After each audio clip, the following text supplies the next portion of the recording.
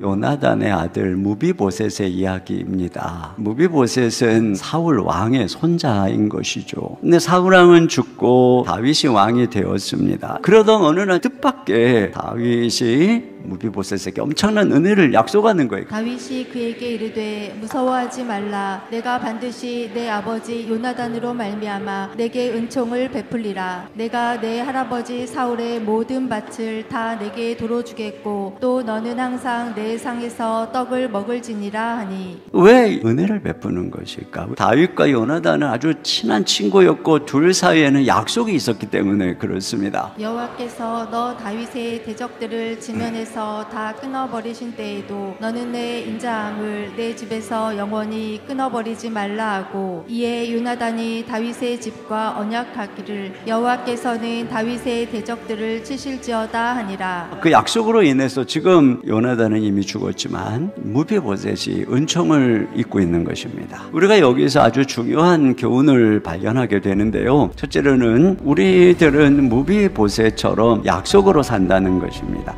성경에 흐르는 아주 중요한 구원의 핵심은 우리가 행위가 아니라 하나님의 약속으로 산다는 진리인 것입니다. 여러분, 아브라함이 이스라엘 민족의 시조가 된 것도 어느 날 하나님이 일방적으로 아브라함에게 나타나서 내가 너로 큰 민족을 이루고 내가 내게 복을 주어가지고 내 이름을 창대케 하고 너로 열방이 복을 받게 하겠다, 이렇게 하나님이 약속을 하신 것입니다. 아브라함의 약속은 누가 이어가는가요? 100세에 약속으로 낳은 이삭이라고 성경은 말하고 있습니다. 이삭이 뒤는 누가 있습니까? 장자 에서가 있었지만 오히려 차자인 야곱, 그에게 약속을 주셨습니다. 그래서 하나님 나라의 계보는 약속의 자녀만이 하나님의 백성이 된다. 그런데 이런 성경이 말하고 있는 하나님의 약속의 정점이 무엇이냐? 그리스도에 대한 약속인 것입니다. 이 약속들은 아브라함과 그 자손에게 말씀하신 것인데 여럿을 가리켜 그 자손들이라 하지 아니하시고 오직 한 사람을 가리켜 내 자손이라 하셨으니 곧 그리스도라. 하나님이 약속하신 구원자 그리스도로 말미암아서 우리가 산다는 것이죠. 만약에 이 무비보셋의 그 아버지가 요나단이 다윗과 맺은 언약이 없었다고 생각을 해보세요. 그러면 아무리 선하고 훌륭하게 살아도 이런 축복을 받을 수가 없습니다. 우리도 약속이 없다면 그저 하나님께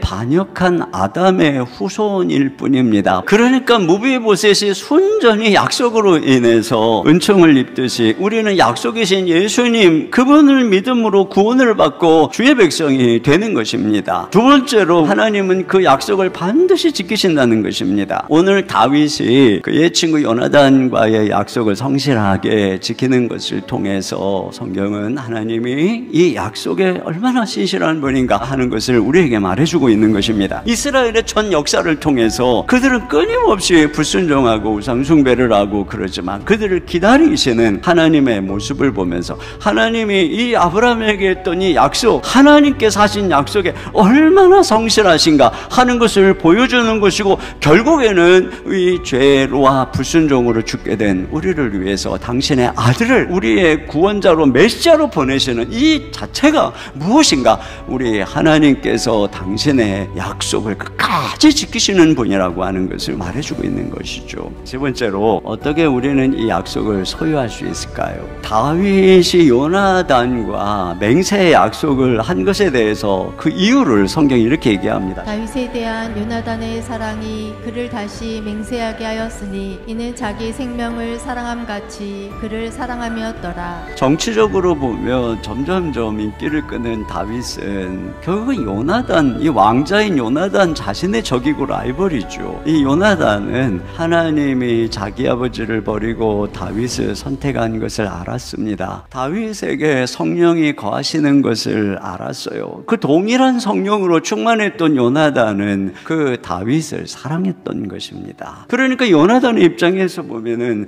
다윗을 자기 생명처럼 사랑함으로써 약속을 받아낸 것입니다.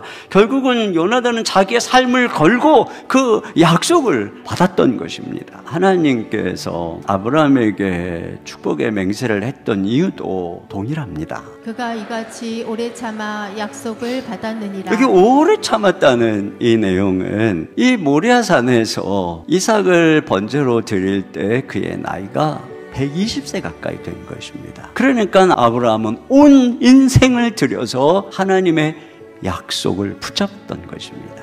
그랬더니 하나님께서 맹세하신 거예요. 네가 그렇게 내 약속에 네 삶 전체를 걸었구나. 내가 반드시 너에게 네 후손에게 복 주고 번성케 하고 번성케 할 것이다. 우리 하나님은 참 신실하신 하나님이십니다.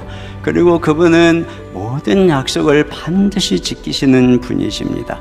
우리가 약속이신 예수님만 사랑하고 주로 섬기고 오직 그분의 말씀에 순종하면서 살아가기를 바랍니다. 그러면 하나님께서 그 약속을 우리에게 이루어 주실 것입니다. 아브라함의 믿음의 계보를 이어가며 하나님의 축복 안에 거하는 그런 놀라운 은혜가 우리 주 예수 그리스도 안에서 이루어지게 될 줄로 믿습니다.